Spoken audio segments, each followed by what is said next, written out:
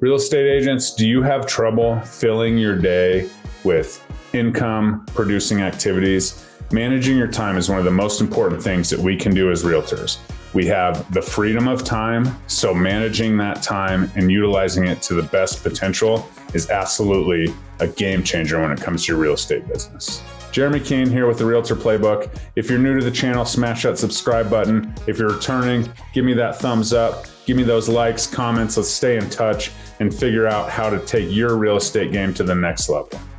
All right, here's some steps to absolutely fill your day and crush the game. So first things first, we have to have a good foundation. We have to have a great start. If you are not filling your day as a first-year agent or a 10-year agent, you absolutely need to check this out and block your time accordingly. How I do it is I always have some self-development time and absolutely income-producing activities, spending time in your business. I educate myself, whether that's reading books or going to classes. First things first, when I wake up in the morning, I jump right into self-development. I typically am reading 10 to 20 pages within 10 minutes of being awake. So kind of get up, shake the cobwebs off. I hop into a book, whether it influences your superpower or something along the lines of Think and Grow Rich or any of those, business building, self-help, mentor written books are awesome for this piece. And then after I do that, maybe I'll jump into some meditation, get my mind right. And then I hop downstairs, I get in the gym, ride the Peloton, lift weights, whatever that may be. Once that's done and I've kind of taken care of myself, usually my 2 daughters are awake by then, and then it's family focused time. I do everything I do for my family, like most real estate agents that have family. That's very important. So I kind of pour into them. I spend that time. I get, 2 hours before school in with them, helping them get ready and doing that kind of stuff. One thing that we do as a family is our daily gratitude. So whether you have a family or not, daily gratitude, speaking out loud, kind of affirmation style is absolutely huge.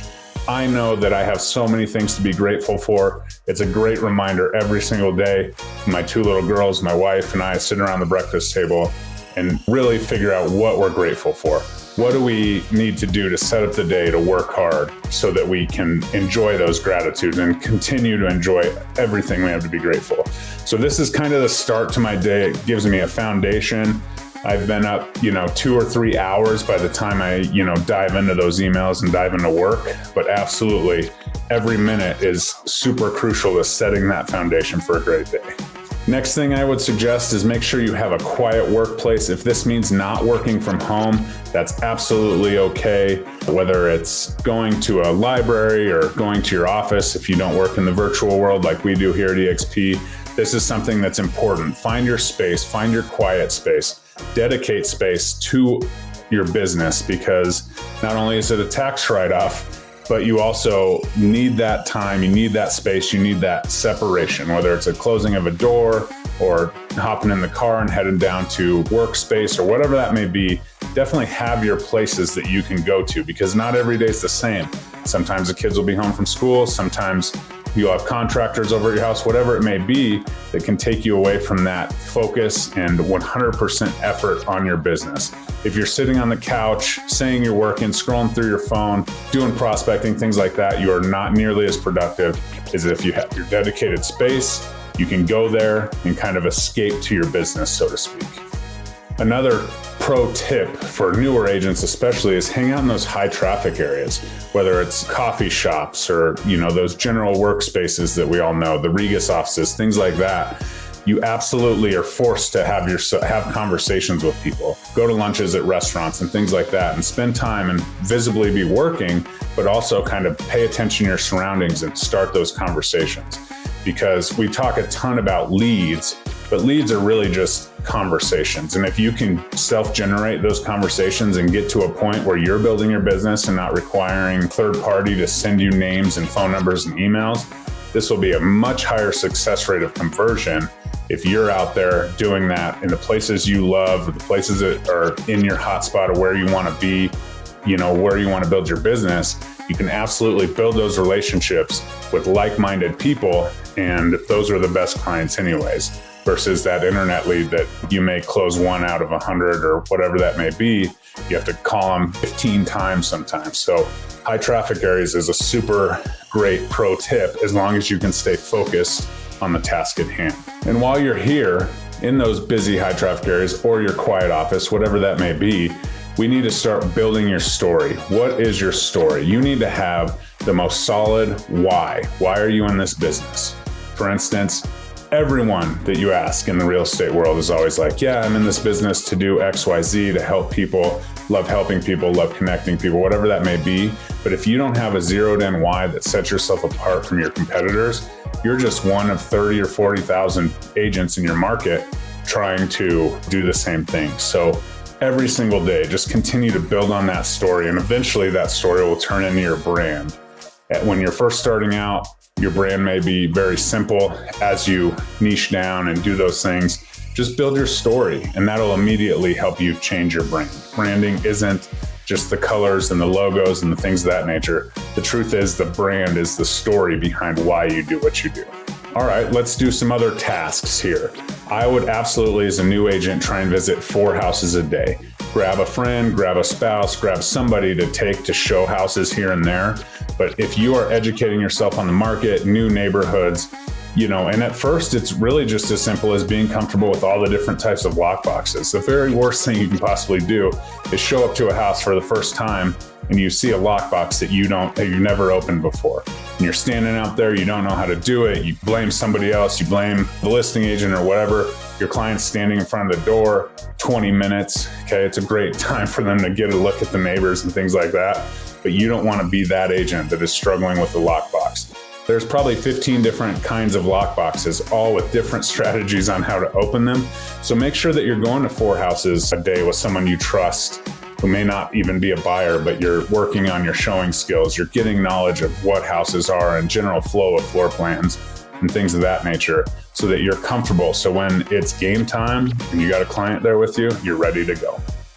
The next thing is take 2 hours a day to educate yourself on the real estate industry, whether that's watching YouTube from people like Mike Sherrard or Gary Vee or some of those outstanding resources that we have available to us through technology, or reading books, or going to CE classes or going to general classes, right? There's all kinds of great industry professionals that are out there teaching and wanting to build relationships and giving you their insight on how they built their business or how other people are doing it. And these are absolutely times where you have enough time, spend 2 hours a day, dedicate 2 hours a day to educating yourself on the market and so on. And you will be amazed at how quickly you are really an expert, because we always want to talk about how we're the expert. But if you're not educating yourself, and I continue to do this to this day, do as much education as I can, probably not 2 hours a day, but over a whole year, it is probably averaged out to 2 hours a day. We go to conferences, we do things that just build that knowledge base. And who knows, you may find your niche right in one of those classes that gives you the ability to blow up your business in something that you love to do and capitalize on. It's a great option, is just educate, watch YouTube videos, read books of people that have done it, because sometimes we think it's, we have to reinvent the wheel. The truth is there's nothing that hasn't been done in this industry. And so if we can continue to educate and learn, it's absolutely a game changer for your business. The next thing is meet with one industry professional per day. I would limit these to 30 minutes unless you really have a good vibe with them. I used to make lenders and inspectors and things buy me lunch. Not so much now because my time is much more valuable. But if you're out there building relationships, you will find like-minded professionals that will absolutely change the face of your business. The honest truth is our market's fast moving and we need to have the A-team. As you can see, my video with Nicole Ruth here is absolutely all about this and why it's so important to have the A-team involved in your life. And so as an agent, you can call me and I can give you contractors, roofers, lenders, financial advisors, things of that nature. But the honest truth is the way I build my sphere and I build that network I have, I rely on them to send me referrals. So if you're not building that relationship with someone that you connect with, then you can't ask them to give them referrals, because I've already asked them. Absolutely every industry professional that I meet with, I say, if you were going to sell your home would you call me? And if they say yes, then that conversation continues. If they say absolutely not, then, I might continue the conversation depending on, what my need is for that person. But the truth is that there are so many people that are working to get your business. If they say no to that question, then the next person is probably a better option and a better person to send your business to. And then obviously you have to vet them and make sure that they're good people and taking care of your clients and so on. But those initial meetings go a long way. And I can't tell you how many times I've sat down and I asked them that question about who they would use as a realtor. And they say, no one's ever asked me that question. So the answer is you. So, and even if, you don't get every single one of their deals or anything like that, the more raving fans and more people driving business to you, the better. So definitely have that interesting conversation. Start it out with something different. Not only will they remember you, but they will also think about that when they get a lead or, something like, oh, I haven't got a deal from Jeremy. Maybe I'll send him this one. And so just generating that one next deal, it all starts with one. Get that one next deal and go from there. But meeting with industry professionals isn't just about this imaginary client. Okay. Take the time to work on your craft, sell yourself. It's all about your brand and what you're doing. But then again, build your A team so that you have great people around you. And absolutely, most referrals in this business will come from you to them, which is great. You can connect them, help them build their business. But when they have that one referral that they want to send to you, or you get in with that financial planner who's a huge advocate for real estate, you're going to get repeat client, repeat referral. And that's when things really start to escalate for your business. Next, let's take an hour a day to really refine your sphere and who are those people that you should be meeting with. Identify those connectors, which you can check out my other video on building a web of your sphere of influence, and find those connectors like I talked about in the video, and then act on it. Have a phone conversation with them, take them to lunch, take them out to coffee, whatever you can. Take one person a day and just make them your focus that day, build that relationship. Eventually you will have a whole group of raving fans that you are, basically training to send you business. And in the event that they, buy or sell or whatever they're doing, they will also think of you, for their business. So take care of those people who are entrenched, those people that everybody seems to love, the people that have a million friends and a million connections, and wine and dine them a little bit and spend your time with them. Because now if you're teaching them how to promote your business, they become one person, and then you go on to the next and you take care of that relationship, and then you have another one. And the more you do it, the more reach you have, and it doesn't feel like it's such a burden on yourself. And the next thing is, obviously, I haven't given you exact time blocks and things of that nature, but take care of yourself. Make sure you eat, make sure you take care of yourself, make sure you shut off at certain points. Okay, once you're, in family time, do family time. If you do everything that you can 100% and focused, you will get much more accomplished in a day. And then finally, maybe towards the end of the day, audit your day and then plan the next day. The power list is huge in my book. I have the 5 income producing activities that are needle moving, not like going to the grocery store or, anything like that. Truly income producing activities, prospect for clients, so on and so forth. Have 5 of those each day, put them on a checklist. The next day you start with those things, knock those things out, and absolutely you will see your business take off. But then you'll have something to audit. So after the day you audit it, did you get it done? You better have, because you can't go to sleep until you get them done.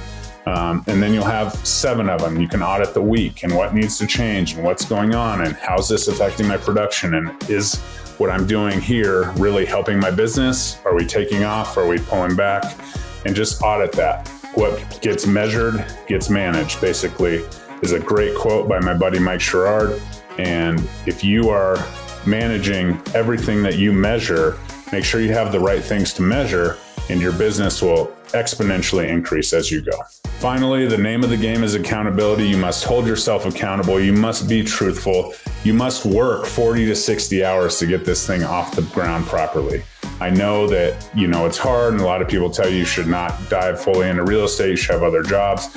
you can do that. But if you're not putting 40 to 60 hours a week consistently into your business, continuing to measure how things are going and hold yourself accountable, and are you really prospecting? Are you really doing things that make you build your business? Then you can make sure that you're doing it all on a weekly or daily basis, so that we're not 6 months down the road, you don't have any clients, you don't have any closings, and we still have to find those clients. We still have to get to that next step, which in our market, closings are 30 to 60 to 90 days. And so if you do something today, you might not get paid for it for 45 days. And so we need to stay ahead of that. But if you have any questions, let me know. If you would like to sit down and chat about your time blocking and your specific situation, book a call. I would love to help. I would love to get to know you and how we can help you build your business. Thanks for tuning in. We'll see you soon.